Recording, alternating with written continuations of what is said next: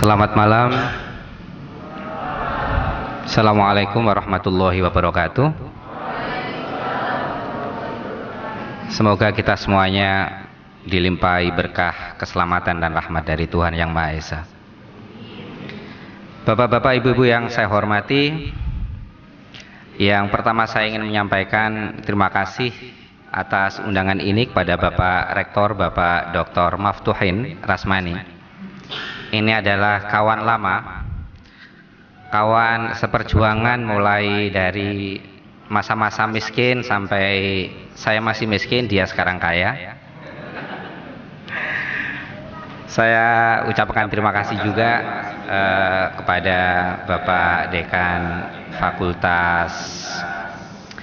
Fakultas Usuluddin, Adab dan Dakwah, pada Kaprodi Usuluddin, Filsafat Agama dan Direktur Transvaluasi. Saya sangat senang berada di sini, berada di antara bapak-bapak semuanya, para mahasiswa dan para undangan yang hadir dari kalangan lintas iman, bapak-bapak penghayat yang saya hormati. Saya ingin pertama kali menyampaikan bahwa saya tidak berbicara tentang filsafat Jawa. Itu yang harus difahami, bahwa saya sama sekali malam ini saya tidak akan berbicara tentang filsafat Jawa. Saya kira banyak orang yang ahli untuk berbicara tentang itu, apalagi tadi Bapak Rektor betul-betul udah itu medar kaweruh gitu, tentang sejarah dan filsafat Jawa sampai hubungannya dengan tata manajerial IAIN Tulungagung serta prospek periode kedua sebagai rektor IAIN Tulungagung. Saya ingin berbicara malam ini terutama tentang masalah Islam Jawa.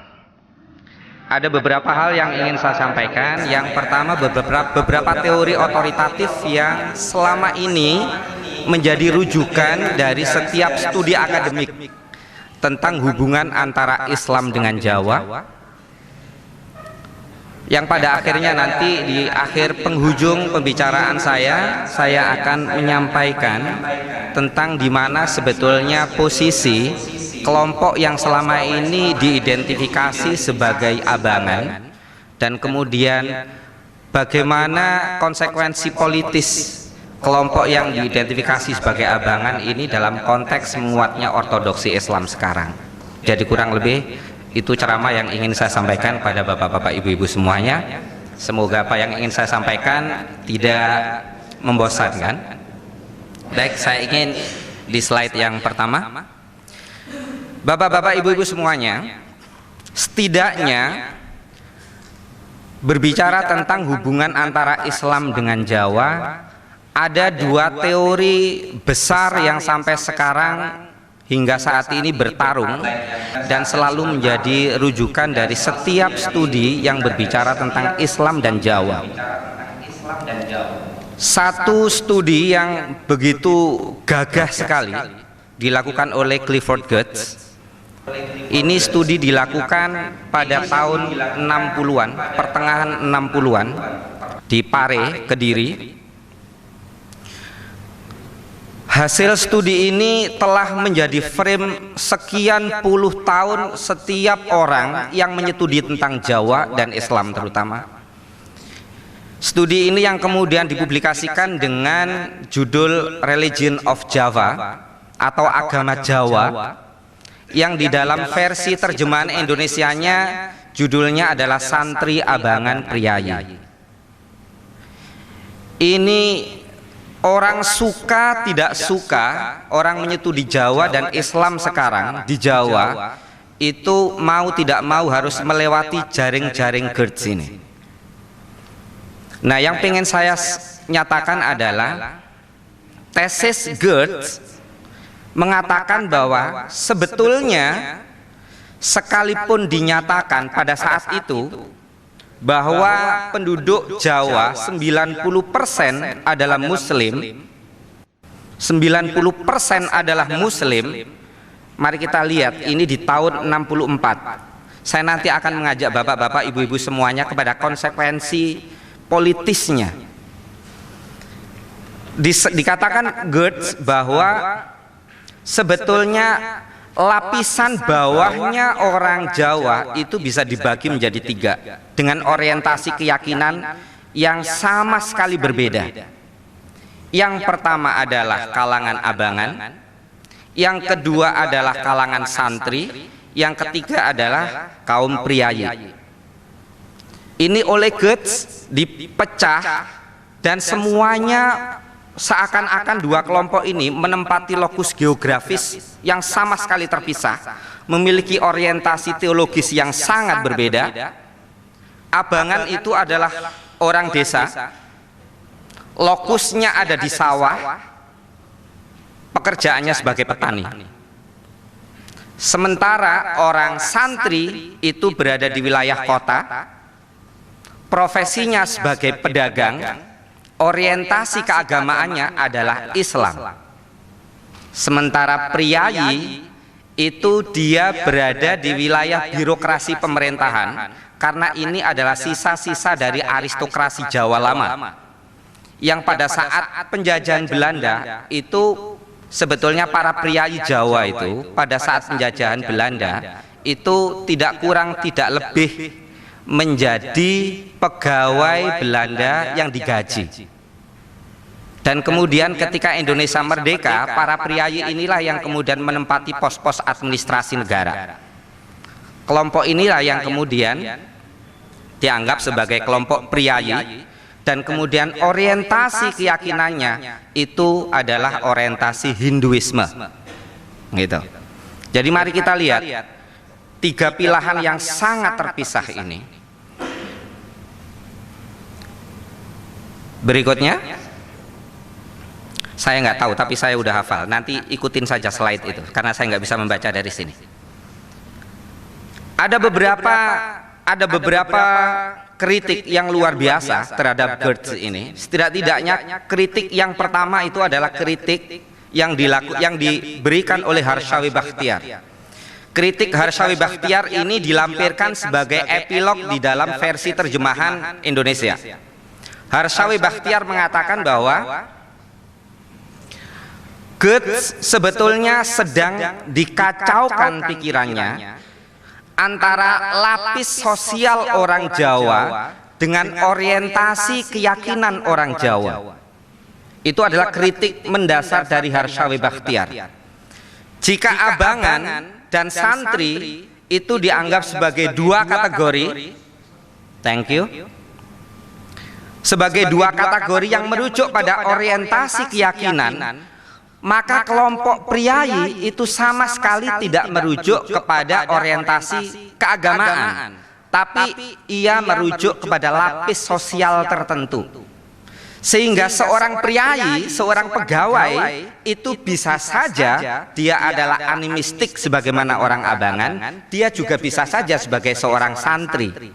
Karena priayi itu sama sekali tidak menunjukkan kepada orientasi keyakinan tapi pada lapis sosialnya. Kayak gitu. Nah, kritik yang kedua terhadap Goethe adalah yang diberikan oleh Parsudi Suparlan. Kritik ini dilampirkan sebagai kata pengantar dalam versi Indonesianya.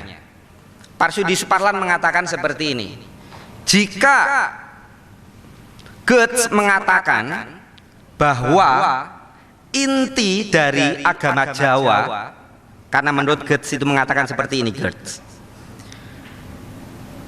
di antara 3 kelompok ini, abangan, santri dan priayi, yang betul-betul merepresentasikan agama Jawa itu adalah kelompok abangan. Itu teorinya Goethe.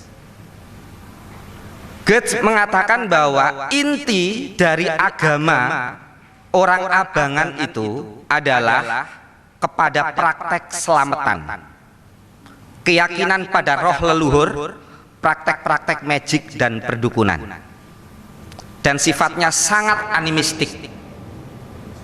Gitu. Kritiknya Parsudi Suparlan, dia mengatakan selamatan bukan atau sama sekali tidak menjadi inti dari agama Jawa, Karena inti dari keyakinan Jawa atau lapis terdalam orang Jawa menyangkut keyakinannya itu ada pada ajaran sangkan paraning dumadi. Itu dibuktikan oleh Parsudi Suparlan melalui penelitian disertasinya di mana? Komunitas orang-orang Jawa yang diusung oleh Belanda, Suriname.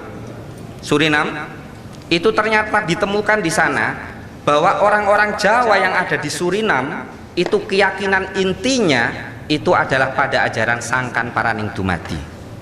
Kayak gitu. Tapi kritik-kritik ini tidak pernah, baik kritiknya Harsawi Bakhtiar maupun kritiknya Parsudi Suparlan, itu tidak pernah menghasilkan satu tesis akademik melebihi dari kritik terbaru yang dilakukan oleh Mark Woodward. Ini pandangan kedua adalah pandangan Mark Woodward. Ini menandai satu corak baru teori hubungan antara Islam dengan Jawa yang diperkenalkan oleh Mark Woodward. Mark Woodward mengatakan seperti ini: ketika dia belajar pertama kali tentang Jawa, dia sangat dipengaruhi oleh pandangan-pandangannya Clifford Geertz yang mengatakan bahwa baik kalangan priayi maupun kalangan abangan, lapisan terdalamnya sangat dipengaruhi oleh ajaran-ajaran keagamaan yang berasal dari India atau yang disebut dengan Indic belief. Tapi ketika dia di Jogja, Woodward ini penelitiannya ada di Jogja, dia tidak menemukan itu. Akhirnya kemudian Woodward membuat sebuah teori baru.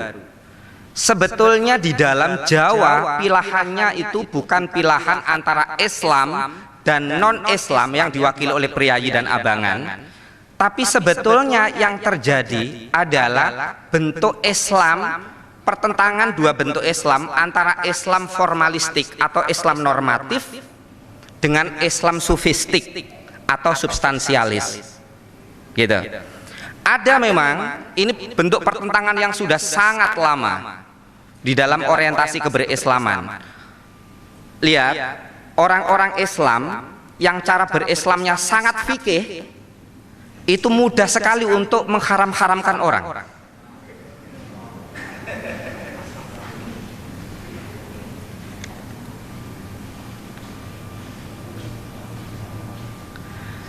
Sangat mudah sekali mengharam-haramkan orang. Wayang haram, gamelan haram, nyadran haram. Itu mudah sekali. Ada seperti ini, Islam-Islam seperti ini adalah Islam-Islam normatif. Ada Islam yang lebih sufistik, Islam yang lebih menekankan kepada makna batin.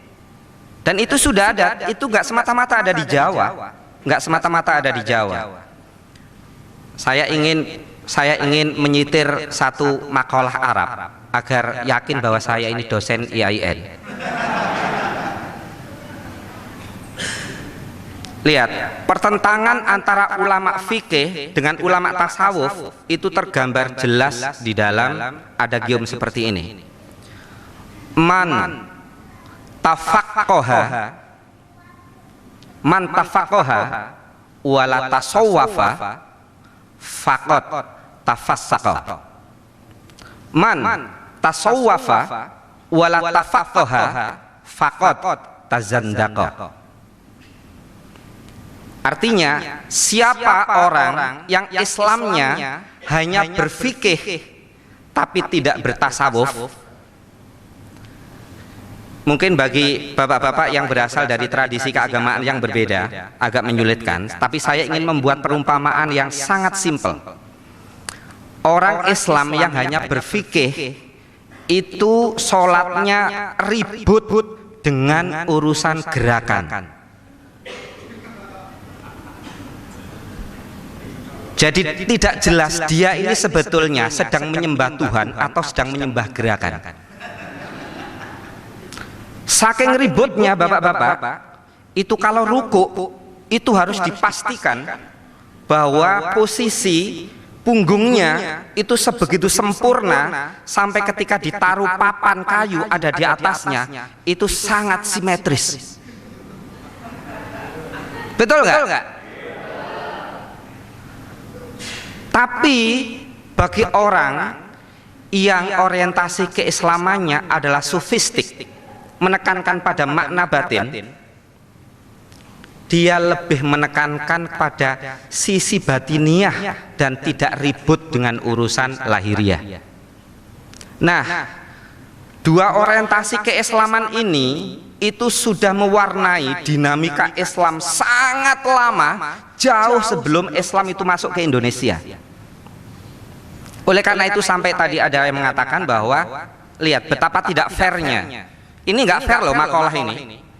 Siapa yang Islamnya berfikih tanpa bertasawuf, sungguh-sungguh orang itu, karena tafassaqa itu adalah fi'il madhi. Fi'il madhi yang kepanjingan qad sebelumnya itu menunjukkan sungguh-sungguh. Sungguh-sungguh dia tafassaqa, berbuat kefasikan. Fasik itu adalah dosa. Oke, seakan-akan oke kan ini? Tapi lihat pasangannya itu nggak fair. Karena siapa orang yang Islamnya bertasawuf tapi tidak berfikih, faqat tazandaqo, maka dia sungguh telah zindik. Zindik itu kafir. Jadi sebetulnya ini jelas yang membuat adalah ulama fikih, bukan ulama tasawuf. Tapi saya hanya ingin mengatakan kompetisi dua kelompok ini sudah ada lama sebelumnya.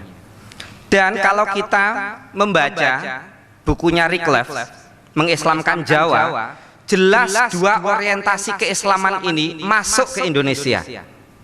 Dan di Indonesia dua orientasi keislaman itu bertarung. Dan pertarungan itu membentuk satu gaya keislaman yang itu salah dikategorikan oleh Clifford Geertz, seakan-akan yang Islam fikih yang lahir tadi itu seakan-akan itu adalah santri, sementara orang-orang Islam yang menekankan pada aspek batin dikira bukan Islam.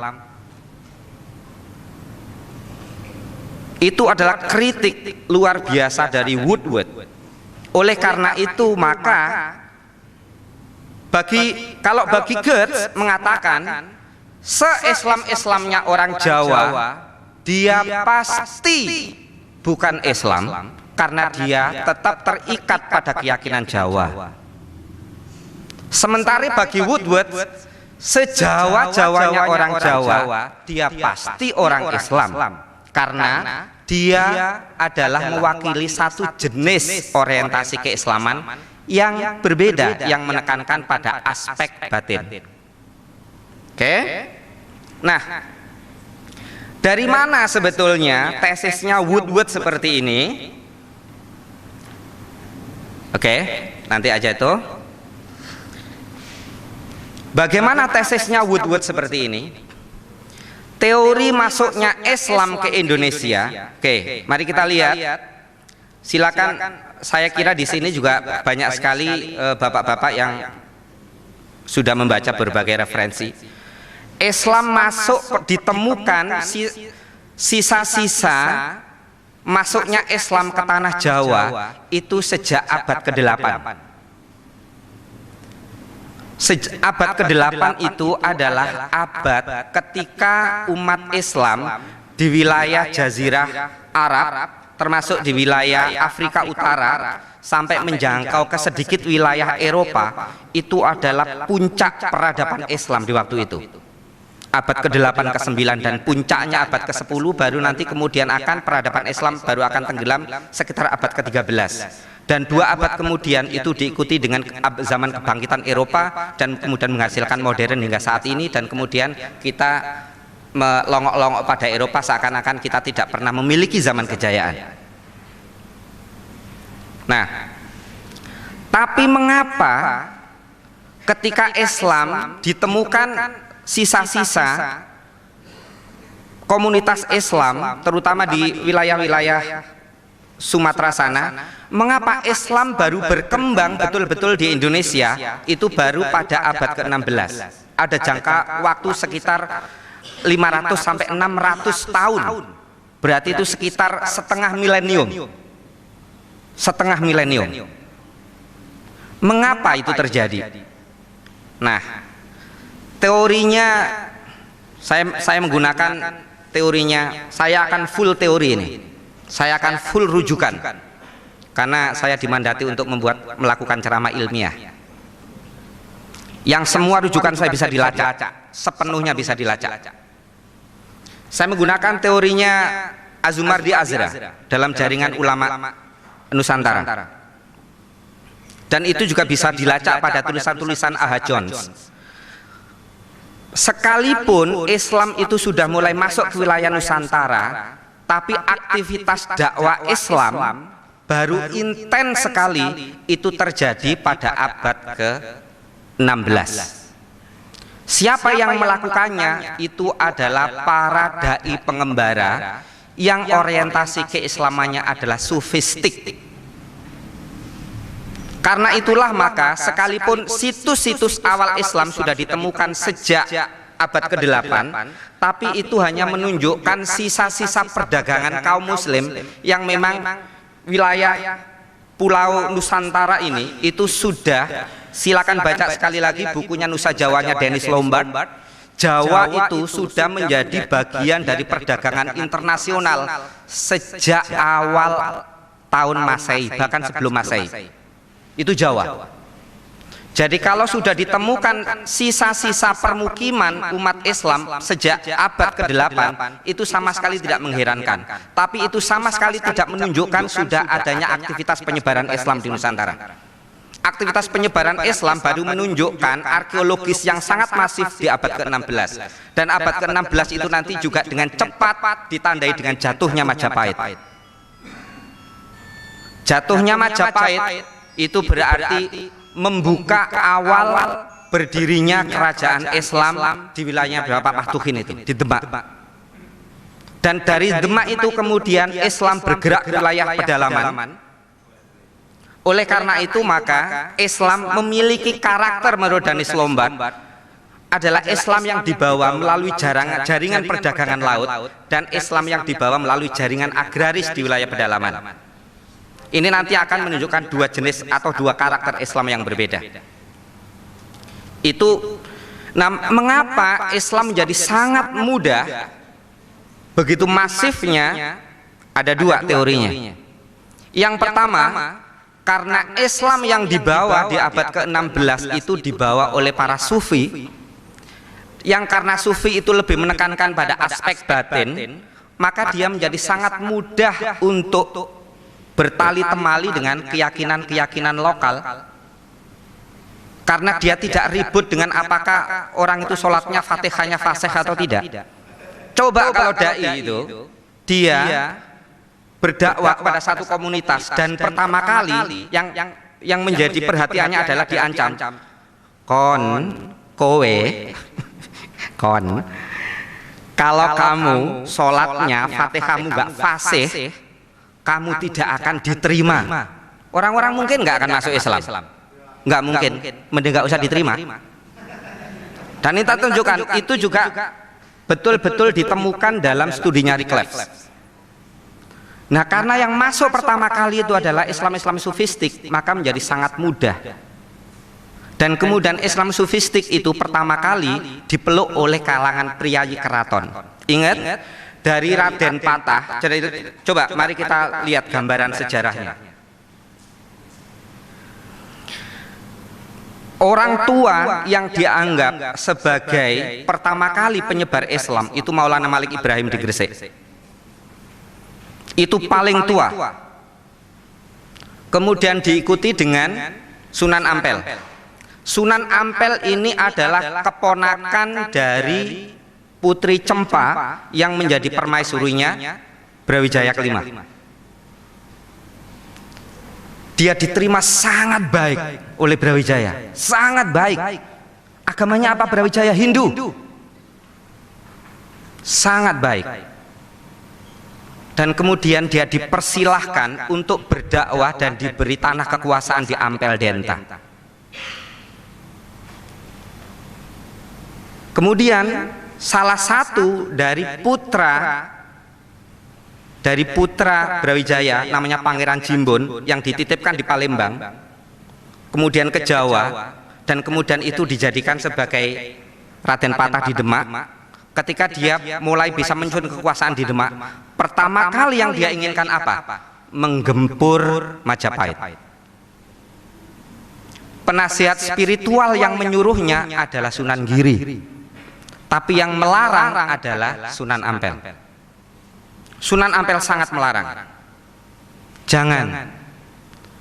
Apa yang kurang dari ayahnya? Itu adalah ayahmu. Dia memiliki keyakinan Hindu karena dia meyakininya, tapi dia membiarkan kita di dalam kekuasaan kerajaannya untuk menyebarkan Islam. Apa yang kurang dari kamu? Gempuran Raden Patah Demak itu baru terlaksana setelah Sunan Ampel wafat, dan kisah itu terekam sangat jelas dalam Sabda Palono Yodgenggong. Terekam sangat jelas, termasuk bagaimana Sunan Kalijaga yang diutus oleh Raden Patah untuk melacak keberadaan Prabu Brawijaya yang lari, dan kemudian dia sowan ke jandanya Sunan Ampel, dan Sunan Kalijaga betul-betul dipermalukan oleh jandanya Sunan Ampel. Itu adalah sekelumit kisah untuk menandai bagaimana Islam masuk ke tanah Jawa. Nah, bapak-bapak, ibu-ibu yang saya hormati, kritik Woodward ini pada akhirnya adalah menjadi satu jenis baru orientasi studi hubungan antara Islam dengan Jawa, bahwa sebetulnya yang ada itu bukan antara santri yang berhadapan-hadapan dengan priayi dan abangan, tapi ini adalah model Islam yang formalistik dan model Islam yang sufistik. Rupanya studi Woodward ini sangat dirindukan, terutama oleh para doktor yang latar belakang keislamannya adalah Islam tradisional, NO lah, NO, sing senengane tahlilan, nyadran, selamatan. Rasanya ini studinya Woodward itu menjawab bahwa orang Islam yang selamatan, yang nyadran, yang dukun itu juga tetap Islam. Kalau mengikuti Goethe itu kan udah dikeluarkan tuh dari Islam kan, yang dianggap sebagai nominal Muslim atau Muslim dalam jumlahnya, atau katanya orang Jawa Muslim KTP, kayak gitu. Jadi misalkan penjenengan semuanya bisa lihat betapa Muhaimin AG menjadi sangat euforia dalam studinya tentang hubungan antara Islam dan Cirebon, budaya Cirebon, menggunakan teorinya Woodward. Termasuk juga miliknya Nur Syam, Islam Pesisir, menggunakan Woodward. Dan banyak sekali tulisan-tulisan di jurnal yang dilakukan oleh kawan-kawan IAIN, terutama latar belakangnya NO, menggunakan Woodward. Karena Woodward ini menyediakan satu orientasi studi yang dianggap lebih menjanjikan. Tapi namanya dunia akademik itu selalu ada tapinya. Dianggap Woodward ini dia hanya melayani kepentingan politis kalangan Muslim tradisional. Jika Goethe tadi itu dianggap melayani kepentingan politis Muslim modernis yang sangat puritanis, Woodward dianggap semata-mata melayani nafsu akademiknya kalangan Islam tradisional. Gitu. Kalau misalkan Woodward itu mengatakan seperti itu, Woodward sama sekali tidak menjawab. Kalau seperti itu berarti semua orang Jawa itu adalah santri. Semua orang Jawa itu adalah Islam. Faktanya tidak semuanya. Gitu. Faktanya memang ada orang-orang Jawa yang dia sekalipun KTP-nya Islam, hidupnya sama sekali tidak didrive oleh keyakinan-keyakinan Islam. Faktanya ada. Disuruh syahadat saja mungkin nggak fasih. Orang-orang seperti ini saya temukan dalam studi saya di pedalaman Ponorogo. Ketika orang-orang ini tahun 65 dia konversi ke Katolik, saya tanya, mengapa kok konversi ke Katolik? Saya tanya, panjenengan yang dari Katolik bisa ke Klepu Ponorogo? Klepu Ponorogo itu adalah satu desa yang pedalaman sekali, yang di situ ada Gua Marianya, yang itu jumlah antara Muslim dengan Katoliknya 50-50, dan konversi yang sangat besar terjadi pasca 65 pemberontakan G30S. Saya nggak mau nyebut PKI. Itu jelas, itu harus saya katakan. Saya tidak ingin menyebut G30S PKI. Cukup G30S. Terlalu banyak layer politik yang ditutupi di situ. Pemberontakan 65, siapa yang paling banyak jadi korban? Adalah orang-orang yang diidentifikasi sebagai abangan. Lepas apakah orang itu PKI atau tidak PKI itu nggak penting. Karena tahun 65 itu jika bapak-bapak ingin selamat, itu harus beragama. Beragama itu kalau jadi Islam itu berarti harus sholat ke masjid. Nah, untuk sholat ke masjid itu betapa susahnya jika dia mengikuti Islam ortodoks. Fatihah nggak bisa, kulhu nggak bisa, doa iftitah nggak bisa, itu memusingkan. Akhirnya kemudian agar selamat, mending aku beragama tadi tapi tidak Islam. Mereka kemudian mengundang guru agama Katolik dan meminta diajarin Katolik itu bagaimana, sembayangannya kaya apa. Oh, bisa dilakukan dengan boso Jawa. Masuk Katolik. Dan ketika orang-orang ini saya tanya, kenapa kok masuk Katolik? Kan waktu itu KTP-nya sudah Islam. Lah wong KTP mawon lo mas. Wong kulo Islam niku natbiti. Bapak-bapak kulo iku natbiti, sunat rabi mati. Wes cukup itu. Itu serius, natbiti dia. Lah kalau seperti itu wong bagi kami orang Jawa agama menika ageman. Agama itu baju. Selagi dia bisa menutupi aurat kita, bisa menutupi rasa malu kita dan membuat hidup kita menjadi baik, agamanya menopo kan saged. Ya. Bagaimana dengan orang-orang Jawa dengan orientasi seperti ini? Sama sekali nggak terjawab dalam studinya Woodward. Sama sekali nggak terjawab, dan kita harus mengakui ada orang Jawa seperti ini. Kayak gitu. Ada orang Jawa seperti ini. Nah, ini kemudian ada perspektif lain. Ada perspektif lain.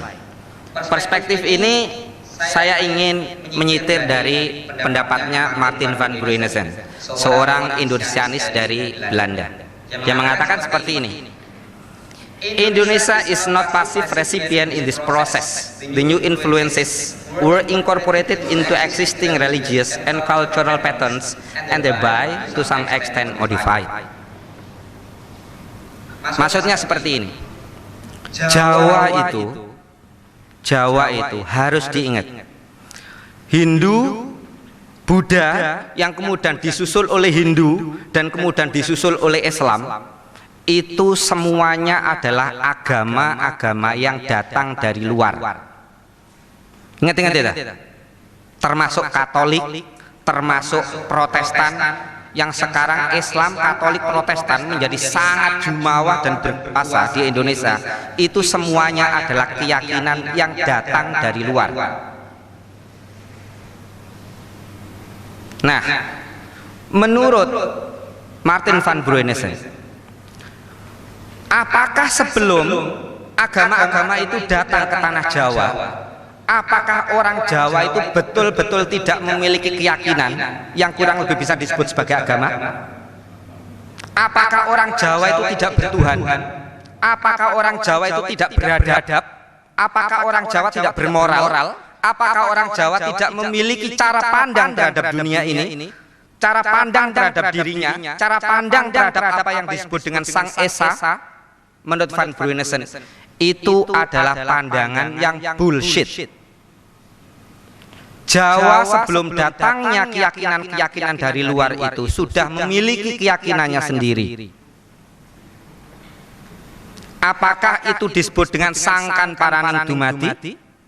Apakah itu terwujud dalam bentuk ritual selamatan? Yang pasti orang-orang Jawa sudah memiliki keyakinan jauh sebelum agama-agama formal itu datang. Oleh karena itu, maka ketika keyakinan-keyakinan itu datang, orang Jawa sama sekali tidak seperti busa yang menyerap apa adanya, bukan pasif resipien, tapi semua agama yang masuk ke Jawa itu bisa diterima dan kemudian dimodifikasi sesuai dengan keyakinan lokal yang sudah dimilikinya.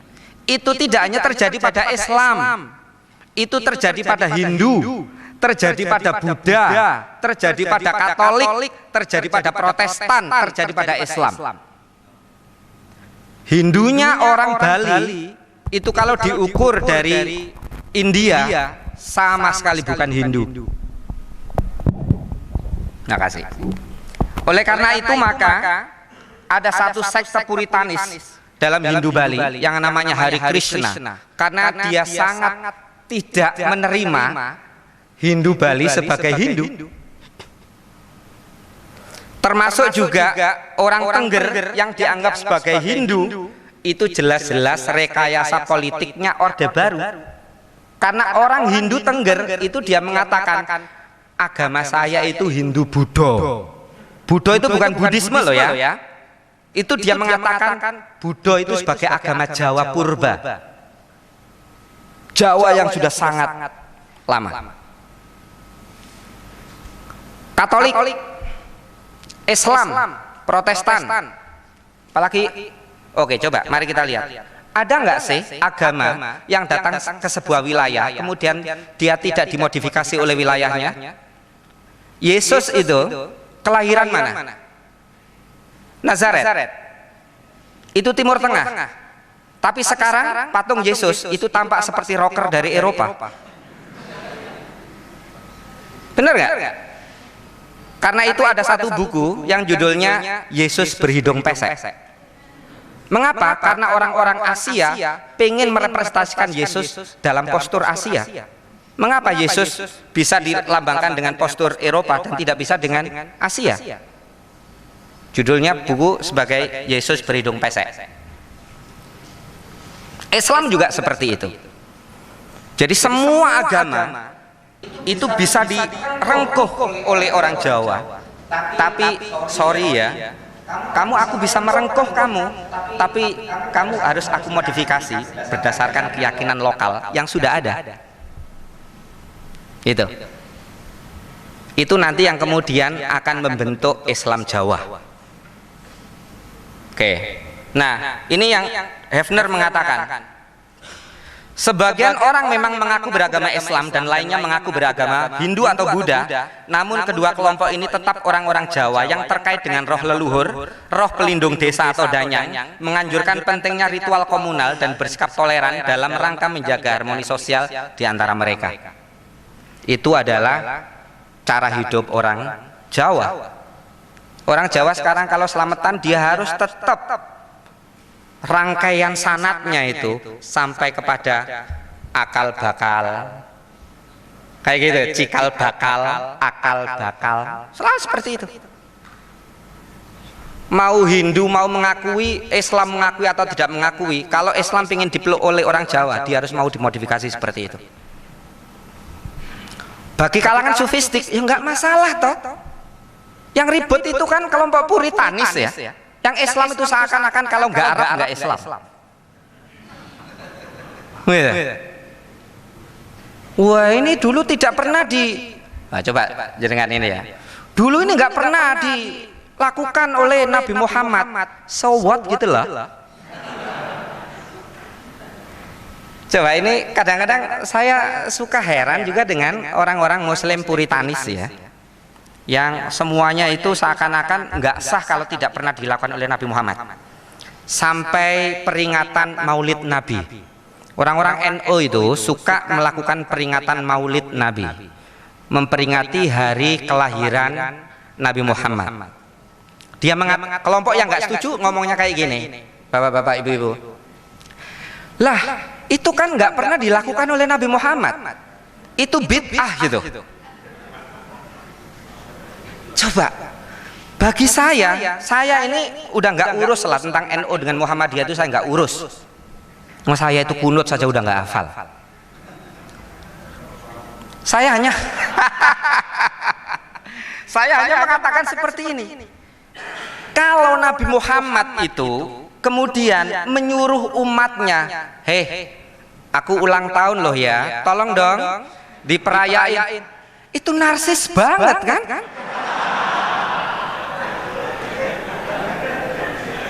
Itu narsis banget. Kita berharap Nabi Muhammad orang semulia itu kemudian menjadi sangat jumawa dan narsis. Kita ini menjadi umatnya yang nggak tahu diri kan?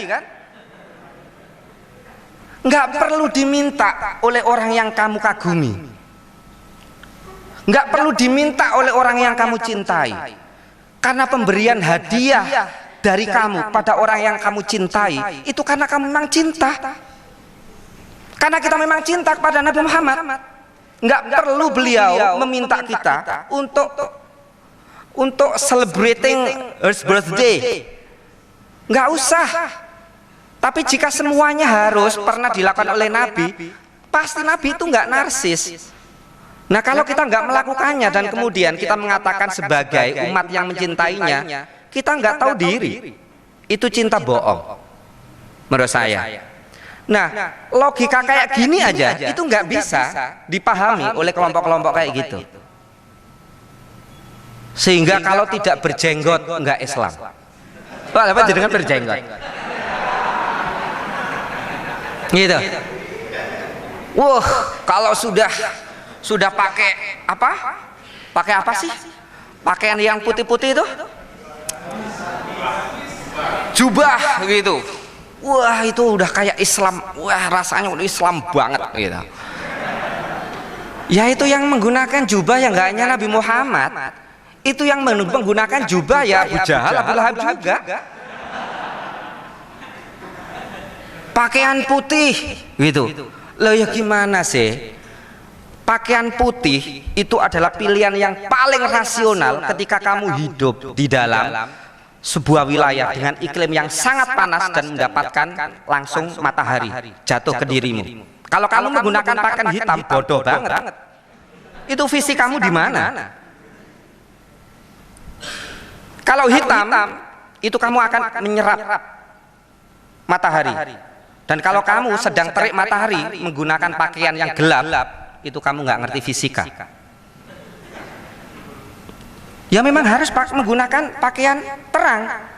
Itu juga salah satu sains menjelaskan mengapa melelehnya es di kutub itu membahayakan dalam konteks global warming. Mengapa? Karena sisi putih dari samudra itu jika hilang, maka sinar matahari panasnya itu akan banyak sekali diserap oleh bumi, dan itu kemudian meningkatkan suhu panas. Jadi bahkan warna juga itu nggak ada kaitannya dengan agama, itu urusan geografis menurut saya. Oke, lanjut. Nah, ini adalah Andrew Beatty, alternatif ketiga. Andrew Beatty ini melakukan penelitian di Banyuwangi. Jadi kalau Clifford Geertz melakukan penelitian di Pare, Woodward melakukan penelitian di Jogja, Andrew Beatty melakukan penelitian di Banyuwangi. Dan saya berharap Institut Transvaluasi ini pada akhirnya akan menghasilkan karya-karya Islam Jawa yang otoritatif.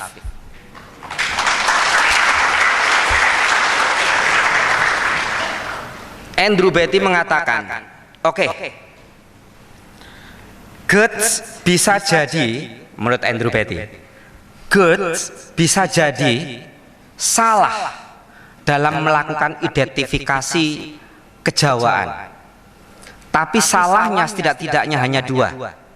Dia salah dalam melakukan tipologisasi, dan kesalahan yang fatal dari Geertz itu adalah seakan-akan dua kelompok itu ada tiga kelompok itu ada tiga kelompok yang betul-betul terpisah, baik secara sosial maupun geografis. Padahal menurut Woodward memang ada masyarakat seperti itu. Gitu. Bahkan kiai dengan maling saja bisa bertemu di pasar dalam aktivitas jual beli. Rektor dengan mahasiswa jelas berbeda. Rektor digaji, mahasiswa bayar. Tapi apakah tidak pernah ada ruang bertemu antara rektor dengan mahasiswa? Ada, karena tidak ada masyarakat yang tersegregasi sedemikian rupa. Nggak mungkin ada masyarakat yang santri itu betul-betul hanya tidak mungkin keluar dari Kauman. Hanya ada di Kauman. Masjid di Kauman, tinggal di Kauman, pasar di Kauman, dan betul-betul tidak pernah bertemu dengan kelompok yang disebut dengan abangan. Mana ada masyarakat seperti itu? Gitu. Nah, Andrew Beatty mengatakan seperti ini dalam teorinya. Teori yang diusulkan Andrew Beatty ini adalah judulnya, bukunya udah diterjemahkan ke bahasa Indonesia, namanya Variasi Agama Jawa, diterbitkan oleh Murai Kencana. Dia mengatakan seperti, dia konsepnya adalah multivokalitas. Jelas di dalam masyarakat Jawa itu ditemukan tiga orientasi keagamaan atau keyakinan menurut Andrew Beatty. Jelas ditemukan tiga orientasi keyakinan. Satu adalah kelompok-kelompok yang animistik, lepas apapun KTP-nya. Dua, kelompok-kelompok yang lebih menekankan kepada aspek formalistik Islam. Yang ketiga adalah kelompok yang menekankan pada mistisisme Jawa. Yang tiga kelompok tadi itu diidentifikasi sebagai abangan yang berada di desa, santri sebagai pedagang yang ada di kota, dan para priayi. Menurut Andrew Beatty, kesalahan dari Clifford Geertz itu bukan dalam bagaimana dia melihat orientasi-orientasi keyakinan Jawa, tapi kesalahannya adalah melakukan tipologisasi ketiga hal itu dan kemudian menjadikan tiga hal itu seperti sebuah segregasi wilayah yang sama sekali tidak berhubungan. Nah, kemudian Andrew Beatty, dia ingin melacak seperti ini. Kalau Geertz itu mengatakan bahwa inti dari agama Jawa adalah selamatan, yuk mari kita lihat selamatan sekarang. Kemudian dia melihat selamatan di Banyuwangi. Selamatan itu, tata caranya selamatan itu, gini ya, orang sekampung selamatan. Selamatan itu selalu ada tata cara yang tidak mungkin dilanggar. Kalau misalkan tingkepan itu perlu ada ini jajanannya. Nanti kemudian prosesinya ini, kayak gitu. Itu semua orang bersepakat itu selamatan itu. Loh, kalau tidak bersepakat nggak jadi selamatan, tawur kan? Orang kalau sudah datang dalam sebuah wilayah selamatan itu berarti menyepakati bahwa aspek dalam selamatan dan proses selamatan seperti ini. Oke? Tapi dalam temuannya Beatty, kalau selamatan seperti itu bukan berarti selamatan semata-mata miliknya orang abangan. Lah orang santri yang datang bagaimana? Wong dia juga menyepakati selamatan. Apa mana orang NU? Begitu. Warare mahasiswa kos-kosan. Selamatan itu, wah ditanya ini urusan Islam Nusantara mas. Alah urusan weteng ae kon niku.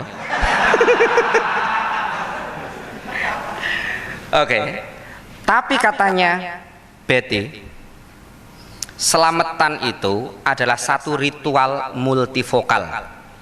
Orang santri datang, orang abangan animistik datang, orang para mistisis Jawa datang, aliran-aliran kebatinan itu loh maksudnya. mistik Jawa itu. Wah, itu beda. Orang Abangan dengan mistisis Jawa itu beda kalau menjelaskan itu. Orang aliran kebatinan itu kalau menjelaskan roh itu, wes, jelimetnya nggak karu-karuan itu. Sangat sophisticated. Nah itu kalau kita bertanya kepada orang petani yang nggak mengikuti aliran kebatinan, roh itu apa? Itu sangat simpel jawabannya. Wah, menika sing pokoknya sing ndamel kula urip. Nah, itu sesimpel itu. Jadi sebetulnya bisa diidentifikasi perbedaannya. Orang-orang Jawa beda. Roh itu apa? Weh, roh itu adalah hembusan dari ilahi yang kemudian menjadikan manusia itu memiliki anasir lahud di dalam dirinya, di samping anasir lasud. Nasud, anasir, ada anasir ketuhanan di dalam diri manusia, di samping anasir kemanusiaan. Karena manusia itu memiliki roh, yang roh itu adalah hembusan dari Tuhan. Oleh karena itu, maka jika orang bisa membersihkan rohnya dari unsur-unsur kemanusiaan dan kemudian tinggallah unsur keilahiannya, maka dia bisa kasful mahjub, terbukanya hijab antara manusia dengan Tuhan. Dan pada titik itulah kemudian di dalam bahasa Jawanya manunggaling kawula lan Gusti.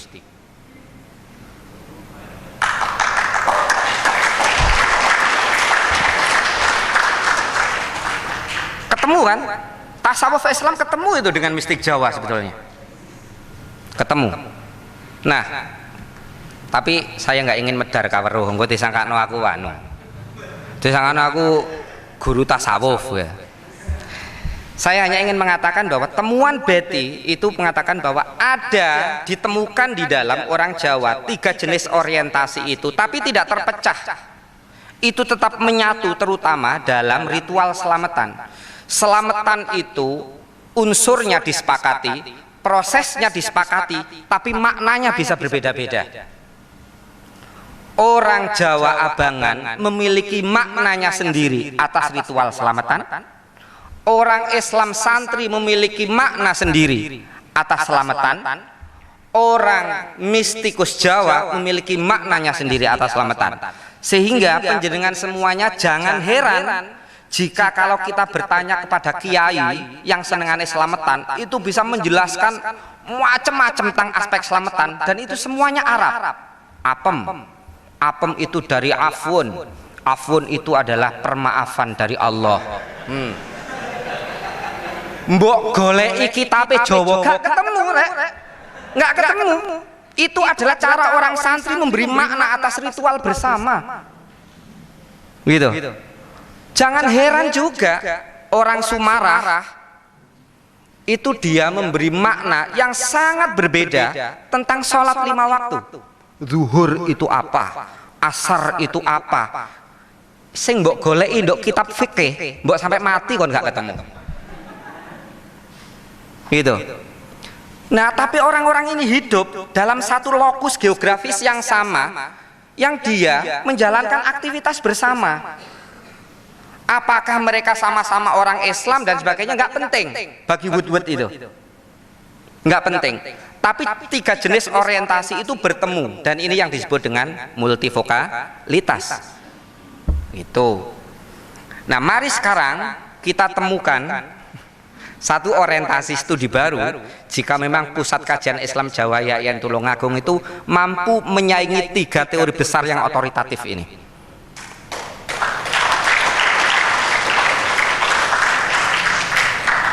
Oke, lanjut. Nah, ini yang menurut saya wilayah garapan kita ke depan. Ketiga tadi itu menurut saya tidak pernah bisa menjelaskan apa sesungguhnya yang disebut dengan Muslim Abangan. Ketiga teori tadi itu nggak menjelaskan. Menurut saya, ada nggak sih abangan itu? Abangan itu ada nggak? Kalau ada, siapa abangan dan apa hubungannya dengan santri dan priayi? Dan yang paling penting adalah di mana posisi abangan dalam peta kebangkitan Islam transnasional di Indonesia pasca reformasi? Ini adalah pertanyaan-pertanyaan pemandu riset ke depan yang menurut saya bisa digali. Bapak-bapak, ibu-ibu yang saya hormati, saya ingatkan, Goethe mengatakan ada abangan, Woodward mengatakan tidak ada abangan, Betty mengatakan ada abangan, tapi memiliki hubungan yang sangat dinamis dengan varian-varian yang lain. Pertanyaan saya adalah, abangan itu apa? Sejak tadi semua orang rasanya nggak pernah bertanya abangan itu apa. Ada nggak sebetulnya abangan? Bapak-bapak, ibu-ibu, terutama yang para santri ini atau yang akademisi,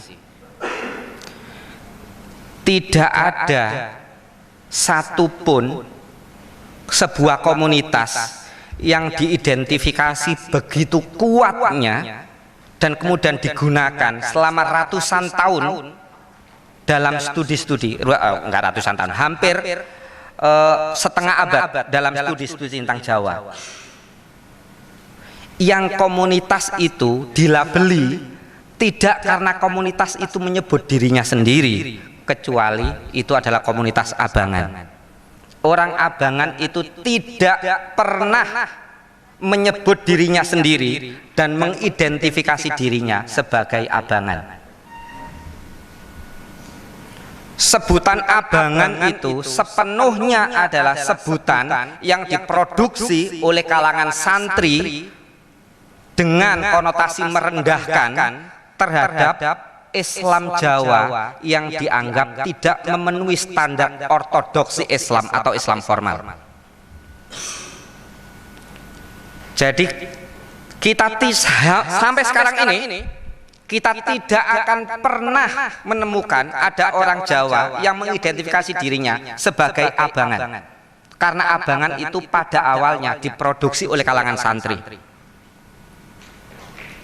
Sejauh abangan itu didefinisikan sebagai unreligious people, orang-orang yang tak beragama, silakan baca di bukunya Niels Mulder definisi ini.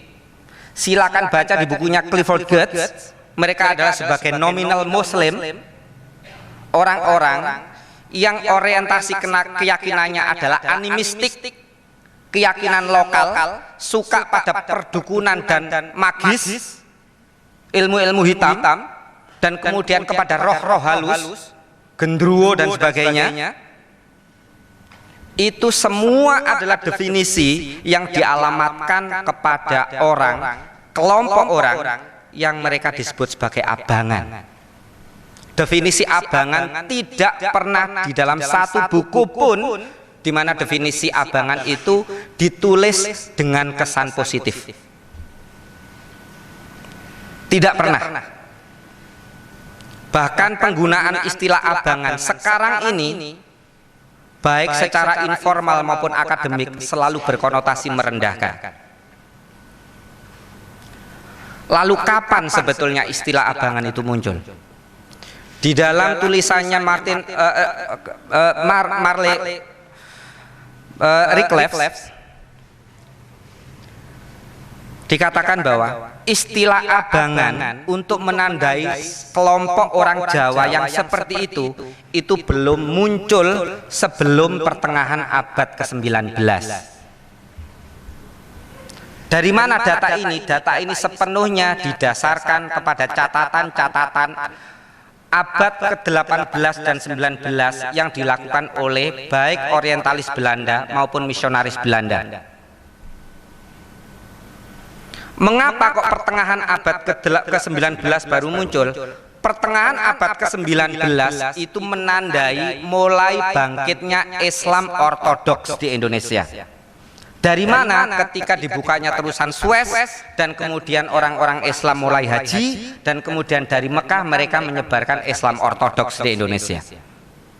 Apakah Islam ortodoks itu semata-mata merujuk kepada Muslim modernis? Sama sekali tidak. Tidak mesti. Termasuk juga yang mulai mempush agar kehidupan orang-orang Muslim Jawa sesuai dengan standar normatif Islam itu juga termasuk dilakukan oleh kalangan Muslim tradisionalis. Saya masih ingat sekali, saya ini kan putra kiai, pamer. Bapak saya kiai, mbah saya kiai. Mbah saya itu kiai NU, bapak saya itu NU-nya wis sampai tembus silit.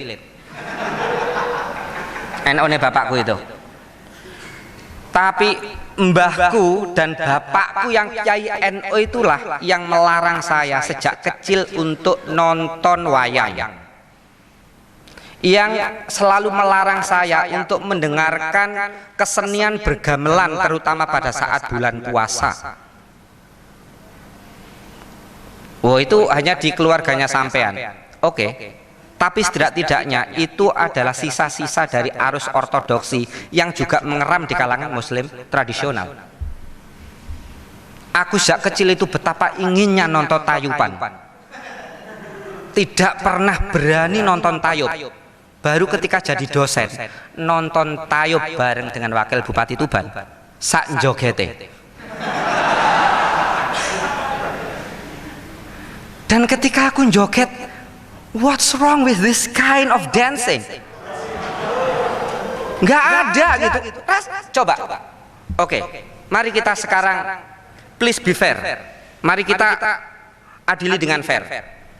Kalian merasa bahwa penari tayub itu pakaiannya tidak mengindahkan kaidah pakaian yang menurut Islam harus menutupi aurat perempuan. Iya kan? Jujur saja. Iya.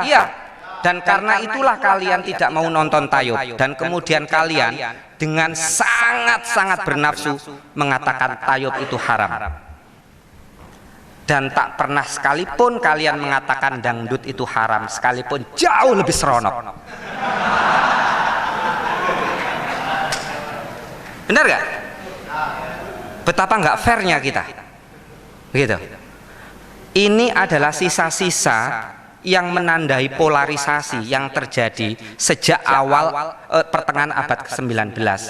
Ketika beberapa orang Islam mulai mempush agar kehidupan orang Muslim Jawa itu sesuai dengan standar ortodoksi, orang-orang Muslim Jawa kemudian memberi respon, ya kalau gitu ya udah deh, aku nggak Islam-Islaman po, gitu loh.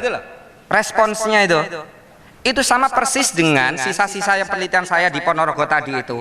Lah kalau saya disuruh beragama Islam dan kemudian saya disuruh sholat seperti kiai, aku nggak bisa. Mending aku ikut Katolik. Kayak gitu. Kelompok yang awalnya ini adalah kelompok mayoritas yang kemudian diadili oleh kelompok minoritas Muslim Ortodoks ini, dan kemudian Muslim Ortodoks inilah yang kemudian memproduk sebuah istilah untuk menghakimi kelompok mayoritas tadi itu dengan istilah abangan yang selalu konotasinya adalah merendahkan. Nah, sekarang kelompok abangan ini yang sejak pasca revolusi kemerdekaan banyak mengadopsi aliran-aliran kebatinan. Aliran kebatinan awalnya itu dari wilayah keraton, yang kemudian pasca revolusi kemerdekaan itu mulai menyebar menjadi agama populer di rakyat. Kelompok-kelompok ini adalah kelompok-kelompok, bapak-bapak, ibu-ibu sekalian, saya nggak ingin menakut-nakuti, tapi studinya seperti ini. Kelompok-kelompok inilah kelompok-kelompok yang sekarang sangat rentan untuk dituduh sebagai aliran sesat. Penyerangan terhadap berbagai aliran kebatinan di Jogja, di Jawa Tengah sudah banyak. Di Jawa Timur ada. Mengapa kelompok-kelompok ini menjadi sangat rentan? Karena kelompok ini adalah kelompok yang sejak awalnya saja ketika dia diidentifikasi sebagai abangan, itu berarti 150 tahun yang lalu, 1,5 abad, istilah abangan sendiri itu adalah sebuah istilah yang memang digunakan untuk mengancam dan mempersekusi kelompok itu. Sekarang ini ketika Islam transnasional mulai bangkit dan diiringi dengan tuntutan Islam ortodoks, MUI sudah menyebarkan standar aliran sesat, dan standar itu semuanya mengacu kepada jenis Islam ortodoks. Maka ekspresi-ekspresi aliran kebatinan adalah salah kelompok pertama yang harus ngantri ke tiang gantungan untuk dicap sebagai aliran sesat. Ini apa yang terjadi sekarang ini sebetulnya hanyalah mengulang 1,5 abad yang lalu. Bukan semata-mata orang-orang kejawen itu mengancam kepentingan politik, sosial, ekonomi kalangan santri, tapi bahwa identifikasi kejawen sebagai abangan itu sendiri dari sananya sudah mengindikasikan untuk dimusnahkan. Nah, situasi-situasi yang paling akhir ini adalah situasi-situasi yang menurut saya belum terwadai dalam studi baik yang dilakukan oleh Clifford Geertz, Woodward maupun Andrew Beatty. Ini adalah sebuah area studi yang cukup menarik di mana kita bisa merajut keindonesiaan kita kembali. Saya kira cukup seperti itu apa yang bisa sampaikan, dan habis ini kita akan berdiskusi dengan baik. Assalamualaikum warahmatullahi wabarakatuh.